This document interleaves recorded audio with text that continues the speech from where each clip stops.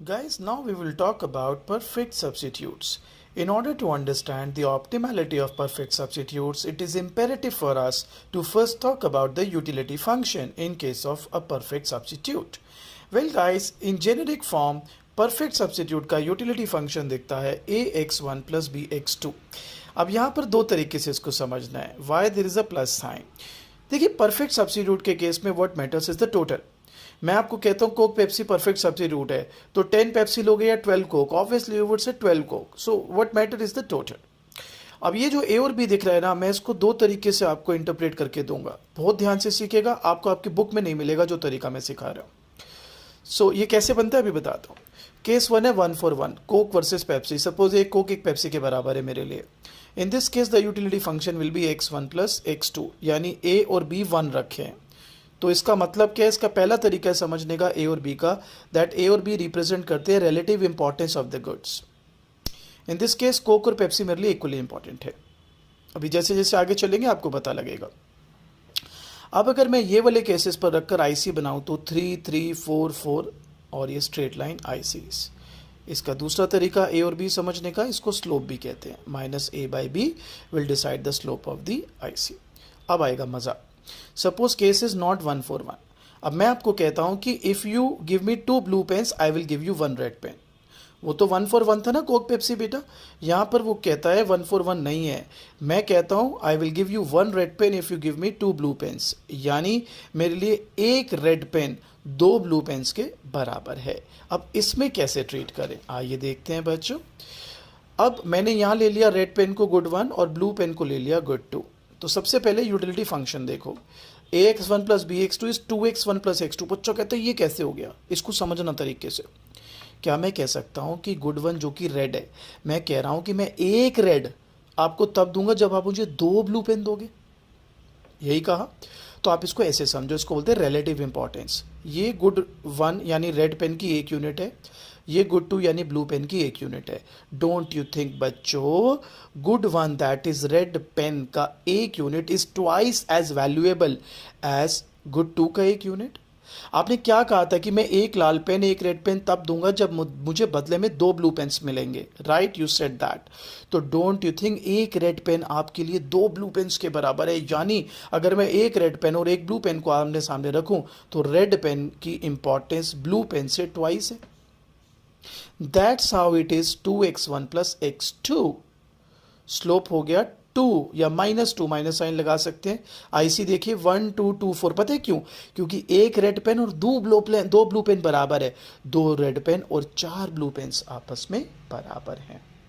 चलो चेंज कर देता हूँ. सपोज गुड 1 ब्लू है और गुड 2 रेड है.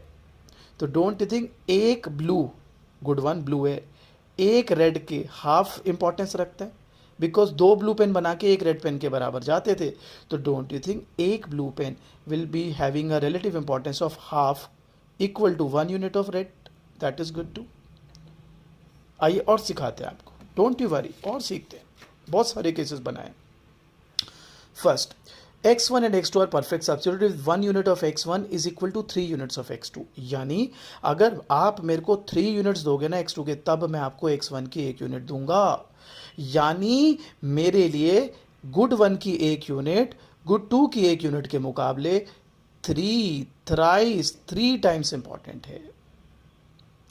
One more case, good 1 is twice as valuable to the consumer as good 2. Good 1 is twice as valuable to the consumer as good 2. यानी good 2 की 2 unit दोगे तो गुड 1 की एक unit मिलेगी. सो इन दिस केस गुड 1 की एक unit good 2 की एक यूनिट से ट्वाइस यूटिलिटी रखती है. आइए देखते हैं आपको समझ आया कि नहीं आया. चलो मेरी बात सुनना ध्यान से और मन में इमेजिन करना कि ये आप यूटिलिटी फंक्शन बना पा रहे हो कि नहीं बना पा रहे. ठीक है, ध्यान से. तो मैंने एक बंदे को बोला कि देख भाई, मैं तेरे को एक ऑरेंज फैंटा तभी दूंगा जब तू मुझे बदले में 2 ब्लैक पेप्सी देगा. पेप्सी तो ब्लैक ही होती है, 2 पेप्सी देगा.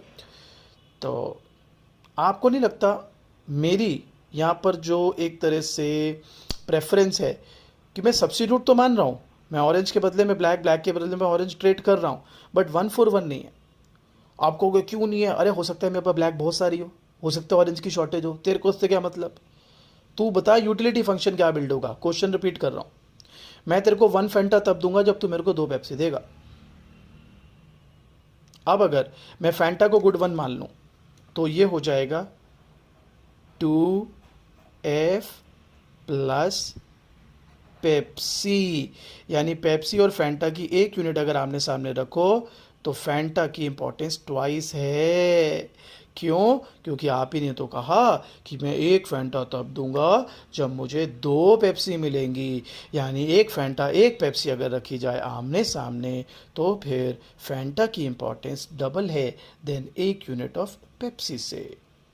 जब तक यूटिलिटी फंक्शन पर काम नहीं करोगे तब तक ऑप्टिमैलिटी करने में मज़ा नहीं आएगा।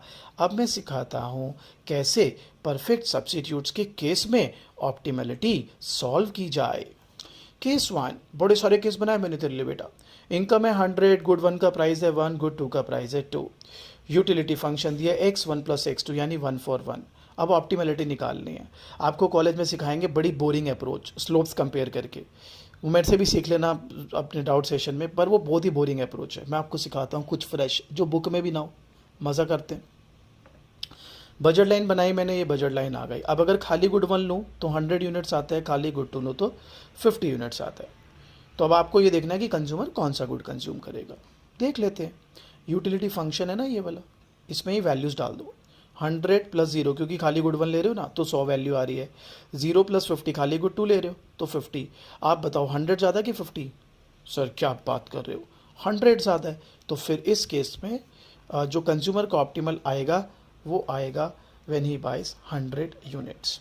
डायग्राम बनाए, देखो ये बजट लाइन थी 100 और 50, ये आईसी से 1 for 1 के 50 50 100 100, ये आया तुम्हारा ऑप्टिमल पॉइंट जहाँ पे वो खाली गुड 1 ले रहा था 100 यूनिट्स।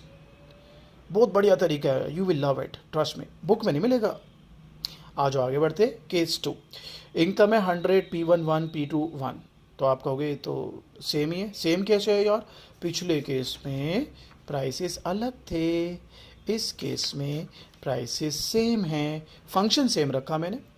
तो अगेन गुड 1 लोगे तो 100, गुड 2 लोगे तो 100। अब यूटिलिटी फंक्शन में डालोगे तो 1 से भी 100 आ रहा है, 2 से भी 100 आ रहा है, तो दोनों सेम वैल्यू आ रही हैं। तो यू विल बी इनडिफरेंट कि गुड 1 लें या गुड 2। जैसे पिछले केस में तो यू वर डैम श्योर कि यार गुड 1 ही लूँगा, उसी में ज़्यादा सेटिस्फैक्शन है। यहाँ पे यूल बी इनडिफरेंट, यूल से अरे 1 ले लो 2 ले लो, एक ही बात है। डायग्राम भी सिखाते हैं ना बेटा। ये जो बजट लाइन है ना यही आईसी बन जाएगा, क्योंकि 1 for 1 का आईसी है तो 100 100 और बजट लाइन भी 100 100। तो यही बजट लाइन, यही आईसी और ऑप्टिमल पॉइंट यहाँ पे कहीं पे भी हो जाएगा, चाहे वो खाली 1 ले ले, चाहे खाली 2 ले ले, चाहे कुछ 1 कुछ 2 ले ले।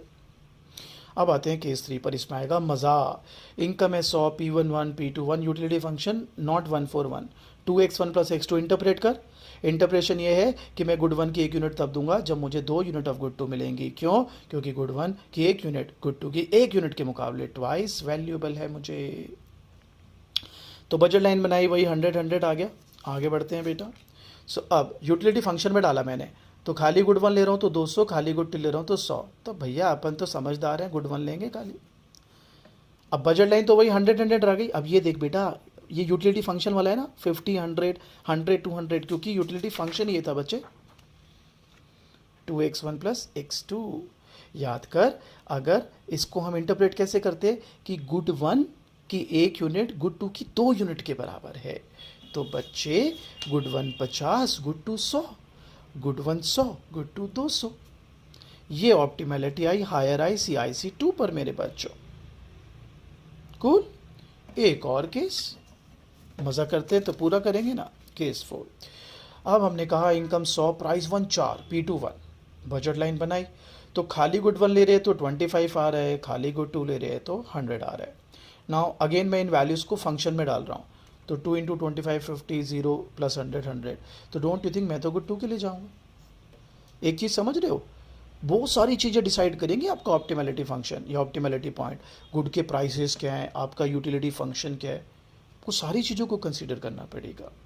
अब यहाँ पर अगेन यूटिलिटी फंक्शन वही वाला था पिछले वाला 2x1 प्लस x2, तो वही 25 50 50 100। और अब क्योंकि ऑप्टिमैलिटी सिर्फ इस पर है 100 वाले पर, this is where you get your optimal point. अब हम आपको सिखाते हैं जो वेरिएंट में थ्योरी दी हुई है। वेरिएंट की थ्योरी समझ ही नहीं आएगी, पल्ले ही नहीं पड़ेगी अगर आपको ये केसेस नहीं आते। तो देखो जी वेरिएंट भाई साहब क्या कहते हैं। Is a good author, we should respect that. So variance version, वो कहते हैं यूटिलिटी फंक्शन 1 for 1 ही लिया है थ्योरी में. कहते हैं x1, आप अगर p1 लेस देन p2 है तो आप सिर्फ x1 लोगे. अगर p1 p2 बराबर है तो x1 का कोई भी अमाउंट ले लोगे. और अगर p1 ग्रेटर देन p2 है तो ऑब्वियसली आप जीरो लोगे. या no problems. Budget line A B, there you go. तो अगर p1 p2 से ज़्यादा है तो अपन a पे रहेंगे भाई, गुड 2 लेंगे. अगर p1 लेस देन p2 है तो अपन b पे रहेंगे, खाली गुड 1 लेंगे. और कहता है अगर p1 p2 बराबर है तो अपन a b में से कहीं पर भी रहेंगे. a पर रह सकते हैं, b पर रह सकते हैं, बीच में भी कहीं पर भी रह सकते हैं. अपनी मर्जी, my life my rules. So if goods are perfect substitute, then consumer will buy the cheaper one. If both the goods have same price, then he doesn't care. एक बात सुन लो, ये थ्योरी रीडिंग जब पढ़ोगे ना वेरिएंट की, तो इसको foregone conclusion मत मान लेना. ये paragraph is good only when the case is 1 for 1. आपकी रीडिंग में 1 for 1 केस के अलावा केस ही नहीं है. वर्कबुक में अदर केस तो मैं आपको पहले से ही कवर करके चल रहा हूँ. ये वाला जो पैराग्राफ है, it's a damn good one, but it is only applicable for the case when there are 1 for 1 scenarios. चले, आई होप ये क्लियर है. आगे गाइस अब बात करते हैं परफेक्ट कॉम्प्लीमेंट्स की. Well, perfect complements are those goods which are used together to satisfy a given want. इसमें भी हम अलग अलग केसेस लेंगे, like 1 for 1 and other than 1 for 1. तो सबसे पहले 1 for 1. वेल 1 for 1 में एग्जांपल ले लिया मैंने, left leg and right leg shoe. तो एक जेनरिक फॉर्म बता देता हूँ आपको यूटिलिटी फंक्शन की परफेक्ट कॉम्प्लीमेंट्स में. It's like this, min of ax1 and bx2. तो ए और बी क्या है अभी बताता हूँ, और ये मिन फंक्शन का क्या सिग्निफिकेंस है. चलो एक एग्जांपल लेते हैं. आपके पास 4 लेफ्ट लेग शू है और 6 राइट लेग शू. 4 लेफ्ट लेग शू है और 6 राइट लेग शू. अल्टीमेटली यूज़ कितने करोगे, और यूज़ साथ में होने. सोचो, 4 लेफ्ट लेग शू है, 6 राइट लेग शू है. अल्टीमेटली यूज़ कितने करोगे सर, 4. तो मिन फंक्शन, जो मिन वैल्यू होएगी 4 और 6, 4 वो काउंट होगी और साथ में यूज़ होगा, इसलिए मिन. ये ax1 bx2 क्या है ये मैं भी आपको बताता हूँ. 1 for 1 ये हो गया मिन x1 x2, ये 1 for 1 नॉर्मल आईसी बना लिए. तो इसका मेन खेल अब शुरू होगा, अदर देन 1 for 1. वेल, मुझे utility function again generic form में दिया ax1 bx2. नाउ मेरे पास एक इंक पॉट है जो यूज़ होते हैं सिर्फ 3 पेन्स के साथ. उसके वो स्टैंड है, 3 पेन अगर नहीं लगाओ ना तो वो इम्बैलेंस होकर गिर जाएगा. 2 लगाओगे तब भी गिर जाएगा, 4 लगाओगे तब भी गिर जाएगा. बाबा आदम के ज़माने का इंक पॉट है मेरे पास. वो इंक पॉट में 3 जब तक पेन नहीं लगाओगे तो वो सेटल नहीं होगा. तो अगर आपको इंक पॉट यूज़ करना है इंक के साथ तो 3 पेन चाहिए. तो एक फिक्स प्रपोर्शन हो गया. अब बंदा कहता है यूटिलिटी फंक्शन कैसे बनाएंगे. बेटे यूटिलिटी फंक्शन बनाना सीख ले, लाइफ लॉन्ग काम आएगा. ux1 x2 is equal to min of 3x1 x2. तो बच्चा कहता है मुझे कैसे पता है यहाँ पे 3x1 आएगा. तो मैं प्रूव कर रहा हूँ ना यार.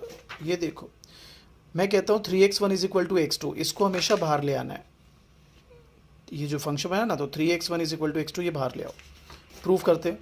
x1 इंक पॉट था माइंडेड, अगर मैं 1 पुट करता हूँ तो x2 की वैल्यू क्या आती है, 3. That is how. अब बच्चा कहता है इतना इजी कैसे हो सकता है यार, बुक में तो समझ नहीं आता, इतना मुश्किल है. चलिए एक और करते हैं, तेरा बुक वाला एग्जाम्पल करते हैं. I use two teaspoons of sugar with 1 cup of tea. तो अगेन जेनरिक फंक्शन बनाया. तो मैं यहाँ पर ये मान रहा हूँ कि जो चाय का कप ऑफ टी है ना वो है गुड 1 और शुगर है गुड 2. तो यहाँ पे केस क्या है कि मैं 2 चम्मच चीनी यूज़ करता हूँ 1 कप चाय में. तो मैंने फंक्शन बनाया 2x1 x2. आपने फिर बोला अबे भाई कैसे. तो देखो ये मैं बाहर ले आया 2x1 is equal to x2. x1 में 1 पुट करा. x1 क्या है, प्याला. क्या वैल्यू आई x2 की, 2. वो क्या है, शुगर. तो यही तो तू कह रहा था 2 teaspoons of sugar with 1 cup of T. नहीं सर मज़ा नहीं आया, मैं अभी भी कन्विंस नहीं हुआ. कोई बात नहीं भाई, हम तो सेवा में बैठे तेरी. उससे पहले वो एग्जाम्पल जो पिछला बनाया ना वो ये बन जाएगा IC 2436. एक और केस करते हैं. चल, 1 unit of x1 is always use with 4 units of x2. तो सपोज तू जब भी बियर पीता है ना तो बियर के साथ तू हमेशा सपोज 4 कोई पर्टिकुलर कटलेट्स खाता है. नहीं तो तू बियर ही नहीं पीता और ना कटलेट खाता है भाई. तू कहता है साथ में यूज़ करने. ठीक है, I am not promoting alcohol please, ऐसे एग्जाम्पल आया तो बोल रहा हूँ. तो मिन x1 x2, तो ये हो गया 4x1 x2. तो बच्चा कहता है प्रूव करो. अच्छा x1 क्या है सर, बियर. x2 क्या है सर, वो कटलेट. तो एक बियर के साथ कितने कटलेट खाता है सर, 4. चल प्रूव करते हैं. इसको बाहर लिया. x1 बियर, एक बियर डाली. x2 की वैल्यू कितनी आई, 4. x2 क्या थे सर, वो कटलेट्स. तो एक बियर के साथ राजा कितने कटलेट्स, 4. समझ गया. बुक में नहीं मिलेगा ये सब. ये पढ़ने के बाद बुक पढ़ी हो तो तेरे को बुक थोड़ी बहुत समझ भी आएगी। अब तेरे को सिखाते हैं कि ऑप्टिमैलिटी कैसे निकालते हैं परफेक्ट कॉम्प्लीमेंट्स में। यार देखो, ऑप्टिमैलिटी निकालने का तरीका ना इसमें अलग है, तो आप बिल्कुल तरीका पकड़ लेना बड़ा ध्यान से। चैप्टर 6 में मैं एक और तरीका भी सिखाऊंगा, बट अभी तक के लिए तरीका अलग है, ध्यान दीजिएगा। एम ए 100, P1 है 1, P2 है 2, यूटिलिटी फंक्शन 1 for 1 दी है। तो सबसे पहले तो बजट लाइन बना लो, ये बजट लाइन बन के तैयार। फिर ये यूटिलिटी फंक्शन दिया, इसको बाहर ले आओ, x1 = x2, और फिर इस बजट लाइन में x1 किसके बराबर है, x2, उसको सब्स्टिट्यूट कर दो, x2 की वैल्यू आ जाएगी, x1 की वैल्यू आ जाएगी। आराम से देखो, I am holding it for you. ठीक है।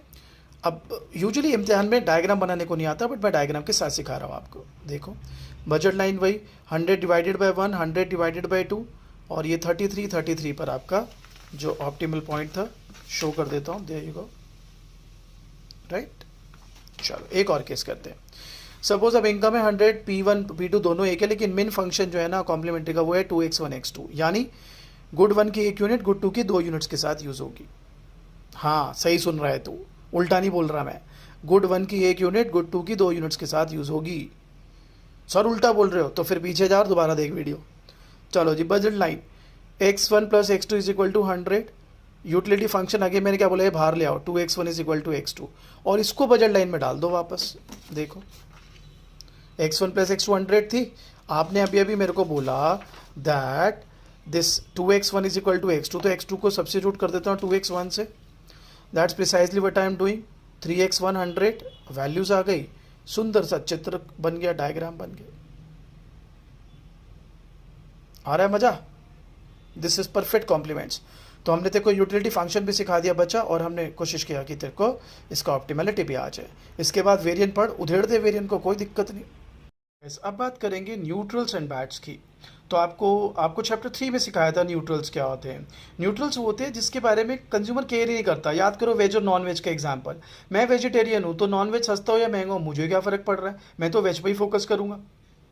बैड के केस में मैंने आपको सिखाया था एक गुड गुड एक गुड बैड, जिसपे काफ़ी वो लंबा चौड़ा लेक्चर भी दिया था मैंने आपको कि रीडिंग की अप्रोच ही है वो है। तो आप बताइए, इन both the cases consumer will be buying only one good. Suppose neutral की बात करते हैं, गुड 1 वेज है और गुड 2 नॉन वेज है, तो अपन तो वेज खाएंगे, नॉन वेज तुम्हें मुबारक। बैड, अब गुड 1 गुड है और गुड 2 बैड है, तो अपन तो गुड गुड के लिए जाएंगे, गुड आदमी है, गुड गुड खाएंगे, बैड क्यों खाएंगे भाई। So in both the cases x1 will be m/p1 because मेरा बच्चा you will be consuming only good 1। ठीक है, तो कॉप डगलस कर लिया हमने पहली वीडियो में, और फिर हमने सब्स्टिट्यूट की ऑप्टिमैलिटी और यूटिलिटी फंक्शन, फिर कॉम्प्लीमेंट्री अभी देखिए न्यूट्रल्स एंड बैड्स। ये सारे के सारे चैप्टर 6 में फिर घूमेंगे, मैं फंक्शंस के थ्रू, डिमांड फंक्शन वगैरह के थ्रू सिखाऊंगा आपको। बट उससे पहले एक छोटी सी वीडियो और दूंगा आपको चैप्टर 5 की, कुछ छोटी मोटी बातें और करेंगे यार, थोड़ा टैक्स वगैरह की ना एक एप्लीकेशन है बड़ी सुंदर, तो वो मैं उसमें अलग से डालूंगा, क्योंकि एक साथ आपको एक ही वीडियो में दूंगा तो थक जाओगे आप। तो उसके लिए आप थोड़ा सा इंतजार करो। फिलहाल ये वीडियो देखो अच्छे से, डाउट्स मार्क करो, नोट्स पढ़ो, और डाउट सेशन में निकाल दो अपने सारे डाउट्स।